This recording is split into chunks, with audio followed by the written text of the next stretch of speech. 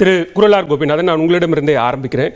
இன்றைக்கு முதலமைச்சர் கூறியிருப்பது திராவிட மாடல் அரசு சிறுபான்மை மக்களினுடைய உரிமைகளை உறுதி செய்யும் அப்படின்னு மிகப்பெரிய ஒரு பட்டியல் வந்திருக்கிறது. நிறைய நலத்திட்டங்கள், அவர்களினுடைய முந்தைய கோரிக்கைகள் எல்லாம் நிறைவேற்றப்பட்டிருக்கிறது. சொல்லாத பல்வேறு அறிவிப்புகளும் கூட புதிதாக இடம்பெற்றிருக்கிறது. இன்றைய அறிவிப்பில் எப்படி பார்க்கிறீங்க? திராவிட முன்னேற்ற கழகம் கடந்த தேர்தலில் கொடுத்த வாக்குறுதிகளை ஒன்றாவது நிறைவேற்றியிருக்கிறார்களா என்று இன்றைக்கு சிறுபான்மையினர் கேள்வி கேட்க ஆரம்பித்து விட்டார்கள். அதனால தான் எஸ்டிபிஐயினுடைய நெல்லை முபாரக் தெளிவாக கேட்கிறார் திராவிட முன்னேற்ற கழகத்தை பார்த்து, கடந்த தேர்தலில் நீங்கள் கொடுத்த வாக்குறுதியை ஒன்றையாவது நிறைவேற்றினீர்களா? நாங்கள் கேட்ட கோரிக்கையை ஒன்றையாவது நிறைவேற்றினீர்களா? இதுவரைக்கும் தேர்தலில் நீங்கள் வெற்றி பெறுவதற்காக பொய்யான வாக்குறுதிகளை கொடுத்து சிறுபான்மையினரை நீங்கள் ஏமாற்றி இருக்கிறீர்கள் என்று தெளிவாக சொல்லியிருக்கிறார்.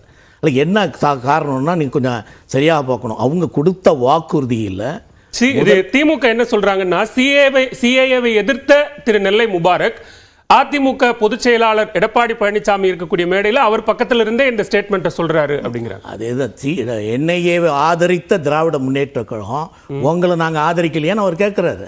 சிஏஏவை அப்போ கவனமா தவிர்த்து நீங்க என்ஐஏவை நீங்க ஆதரித்த திராவிட முன்னேற்ற கழகம் எங்களிடம் நீங்க ஆதரவு கேட்டு நாங்கள் கொடுக்கவில்லையா? அதிமுக என்ன செஞ்சாங்க? ஆனா நாங்க எதிர்த்தோம், என்ஐஏவை நாங்க எதிர்த்தோம், ஆனா நீங்க ஆதரிச்சீங்க. அப்ப நீங்க அது சரியாகப்படுகிறதா? இதே கூட்டணி நீங்க இந்த பாஜக பிஜேபியோட நீங்க வச்சிருந்தீங்க, அப்ப அவர்கள் எதிர்த்தார்கள். அதே போல நாங்க வச்சிருந்தோம், நீங்க எதிர்த்தாங்க. அதனால இன்றைய நிலைமை என்ன? இன்றைக்கு நிலைமையில் நீங்க கொடுத்த வாக்குறுதிகளை எதையாவது காப்பாற்றினீர்களா? அதுதான் கேட்குறாங்க. நீங்க என்ன சொன்னீங்க?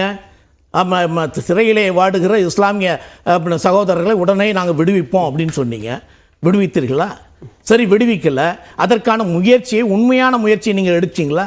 அதுவும் எடுக்கல. ஏன் நீங்கள் 432 கீழே அரசு, மாநில அரசு அவர்களை விடுவிப்பதற்கான அதிகாரம் இருக்கிற பொழுது 161 கீழே அரசியல் சாசன சட்டத்தின்படி எதற்காக நீங்கள் கவர்னர்கிட்ட அனுப்பிச்சிங்க? ரெண்டாவது கேள்வி. இன்னொன்று, அங்கு இருக்கிற சிறைவாசிகள்ல 2 பேர், கூலை இப்ராஹிம் ஒருத்தர், இன்னொருத்தர் யாசின் கபாலி, 2 பேர். இவங்க 2 பேரும் சுப்ரீம் கோர்ட்ல எங்களை விடுதலை செய்ய வேண்டும், எங்களுக்கு 20 வருடம் கடந்து விட்டது என்று 432 சட்டத்தின் கீழ் அவங்க வழக்கு தொடுக்கிறாங்க. அதில் நீங்க திமுக அரசு என்ன அஃபிடவிட் ஃபைல் பண்ணுகிறது? அந்த அஃபிடவிட்ல திமுக தெளிவாக சொல்லுகிறது, இவர்களை விடுதலை செய்தால் மத சண்டை வரும், அங்கே இறந்து போனவர்களுடைய குடும்பம் கெட்டுவிடும், அவர்களுக்கு ஆபத்து உள்ளது, அதனால இவர்களை விடுதலை செய்யக்கூடாது என்று ஒரு நீங்க அஃபிடவிட்ட போடுறீங்க. அப்ப உங்களுடைய நிலைப்பாடு என்ன? நீங்க தேர்தலில் ஓட்டு வாங்குவதற்காக பொய்யான வாக்குறுதியை. அதிமுகவினுடைய நிலைப்பாடு என்ன? ரெண்டு பாஜக கூட்டணியில, குறிப்பா தேசிய ஜனநாயக கூட்டணியில மத்தியில் அங்கம் வகிக்கக்கூடிய ஒரு கட்சியின் கூட்டணியில் இருந்து விலகி வந்து அதிமுக அதிகபட்சமா ஒரு 2 மாதம் ஆயிருக்கும். அப்ப அதிமுகவினுடைய நிலைப்பாடு எந்த காலகட்டத்திலும், நாங்க அந்த காலகட்டத்திலும் சரி பிஜேபியுடன் கூட்டணியில் இருக்கிற பொழுது கூட சிறுபான்மையினருக்கு எந்தவித கேடு வந்தால் அதை எதிர்ப்பதில் முதல் ஆளாக அனைத்து இந்த அண்ணா திராவிட முன்னேற்ற கழகம் இருக்கும். இதே நீங்க இந்த நெல்லை முபாரக் குறித்து பேசுறதுனால, மதச்சார்பின்மை பாதுகாப்பு மாநாடு குறித்து பேசுறதுனால கேட்கிறேன். அந்த மாநாட்டில் திரு எடப்பாடி பழனிசாமியினுடைய உரையில சிஏஏ குறித்து பேசுறார். என்ன சொல்றாருன்னா, சிஏஏ தொடர்பாக தமிழ்நாட்டில் மிகப்பெரிய போராட்டம் நடந்தது, இதுவரைக்கும் வரலாற்றிலேயே இல்லாத அளவுக்கான போராட்டங்கள் நடந்தது, அந்த போராட்டங்களுக்கு அனுமதி கொடுத்தோம், பாதுகாப்பு கொடுத்தோம் மட்டும்தான் சொல்றாரே தவிர சிஏஏவை அதிமுக எதிர்த்தது அப்படின்னு ஒரு இடத்திலும் அவர் பதிவு செய்யவே இல்லை. சிஏஏவுடைய கேள்வியை சட்டசபையில் கேட்கிற பொழுது அனைத்து இந்திய அண்ணா திராவிட முன்னேற்ற கழகத்தின் சார்பாக நாம் தெளிவான விளக்கத்தை அன்றைக்கு இவர் கொடுத்திருக்கிறார், எடப்பாடி அவர்களே கொடுத்திருக்கிறார். என்ன சொல்லியிருக்கிறார் என்று சொன்னால், சிஏஏவை ஏன் நாங்கள் ஆதரித்தோம் என்று சொன்னால், அந்த சிஏஏ அஸ்ஸாம் மாவட்டத்தில் 12 மாவட்ட, அஸ்ஸாம் மாநிலத்தில் 12 மாவட்டத்தில் மட்டும்தான் செயல்படுத்தப்படும் என்ற உறுதியை எங்களுக்கு கொடுத்த காரணத்தினால தான் நாங்க அன்றைய தேதியில் கூட்டணி தர்மத்திற்காக பல விஷயங்களை ஆதரிச்சோம். அதுல இதுவும் ஒன்று.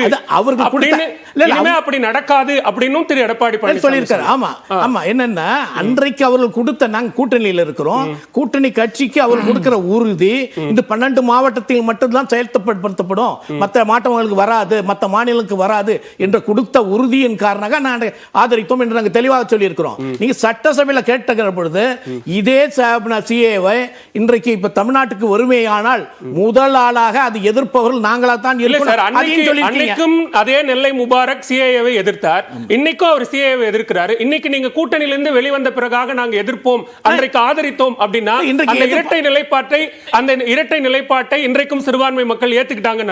அப்படி எடுத்துட்டீங்கன்னா நீங்க காங்கிரஸோட இவங்க என்ஐஏல இருக்கும்போது ஆதரிச்சாங்க, இன்னைக்கு எதுக்குறாங்க? அது இரட்டை நிலைப்பாடு கிடையாதா? அது இரட்டை நிலைப்பாடு கிடையாதா? நீங்க அதிமுகவுடைய நிலைப்பாடு கேளுங்க. நான் அதான் சொல்றேன். நான் என்ன சொல்றேன், கூட்டணியில் இருக்கிற பொழுது கூட்டணி தர்மத்திற்காக சிலவற்றை விட்டுக் கொடுக்க வேண்டும். ஆனால் நாங்கள் கொள்கையை விடவில்லை. நாங்கள் கொள்கை அது சிறுபான்மையினருக்கு எதிராக இருக்குமே ஆனால், சிறுபான்மையினர் அதை அழிக்குமே ஆனால் அதற்கு எதிர்ப்போம் என்று அன்னைக்கே நாங்கள் குரல் கொடுத்திருக்கோம். அதனால் நாங்கள் அதுல இருந்து விலகவில்லையே.